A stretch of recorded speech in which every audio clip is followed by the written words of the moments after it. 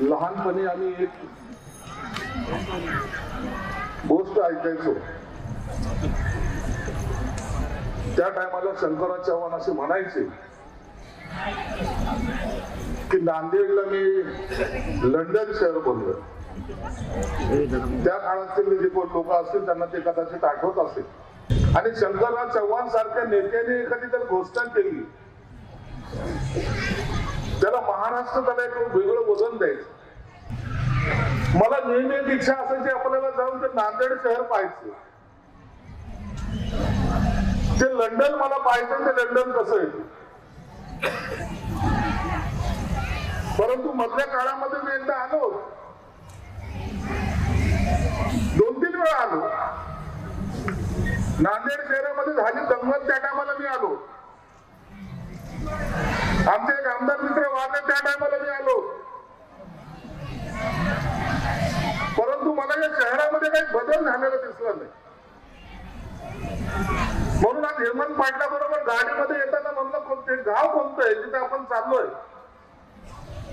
म्हणे भाऊ तो त्यांचाच मतदारसंघ आहे. हे गाव तर सगळ्यात चांगलं असतं. कारण की जे लोक इतकं राजकारण करतात, इतक्या मोठमोठ्याला राजकारण केलेलं आहे, त्या गावामध्ये जर आपण चाललोय, ज्यांचा आदर्श घेऊन आपण राजकारणामध्ये पाहत होतो, ते गाव तर सर्वात सुंदर असतो. परंतु मला आल्यानंतर जे काही पाहायला मिळालं किंवा जे ऐकायला मिळालं, मला काल फोन आले तर काही लोकांची, म्हणे साहेब कशाला जातात तिकडं. म्हणजे काय झालं, जाऊ द्या मग साहेब तिकडे जाऊन कशाला आणखी तुम्ही काही बोला, मग काहीतरी आमचं असं होईल तसं होईल. अरे मला जे व्हायचं ते होईल ना. जर तुम्ही चांगलं केलं असेल तर लोक तुमच्या पाठीशी, नसेल चांगलं केलं तर लोक तुमच्या विरोधात. हे सरळ गणित आहे ना. हे पद पाहिजेत कशाला मुळात.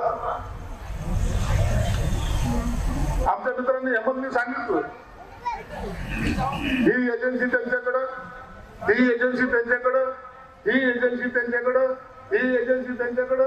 आणि एवढं सरकार सगळ्या एजन्सी घेऊन करता काय. अरे भाकरीच खाता का नोटा खाता तुम्ही लोक. खायला तर भाकरच लागते ना. टीव्हीवर तूप जरी टाकलं तर भाकर एकच्या ऐवजी 1.5 खाशील, आणखी काय खाणार. मग एवढा पैसा पाहिजे का त्याला. बरं मागं बी असं काही नाही पहिल्यासारखं घरामध्ये 15 लोकांचं कुटुंब आहे, मग आता सगळ्याचे हिस्से वाटे होतील, काही हिस्सात राहिलं पाहिजे असंही काही नाही. पण गरीबाला जर मिळायचं तर जाऊ दूर. तुम्हाला एवढा पैसा पाहिजे कशाला. मला खरंच प्रश्न पडतो, माणसाची भूक असावी. संजय शिरसाट कसा राहतो महाराष्ट्राला माहिती का नाही. संजय शिरसाट टाईट राहतो. संजय शिरसाटचा एक तिकडं फ्लॅट आहे, इकडं असं आहे तसं आहे. डायरेक्ट दाखवतो आपण.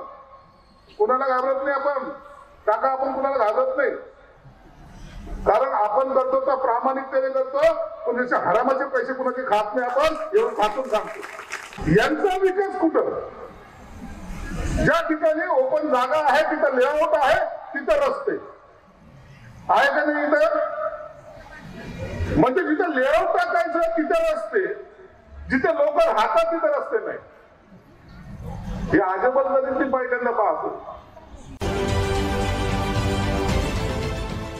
देश विदेशातील प्रत्येक घडामोडींचे लाईव्ह अपडेट मिळवण्यासाठी आता साम टीव्हीच्या सर्व सोशल मीडिया प्लॅटफॉर्मला लाईक, फॉलो आणि सबस्क्राईब करा. तसंच सर्व नोटिफिकेशनसाठी बेल आयकॉन प्रेस करायला विसरू नका.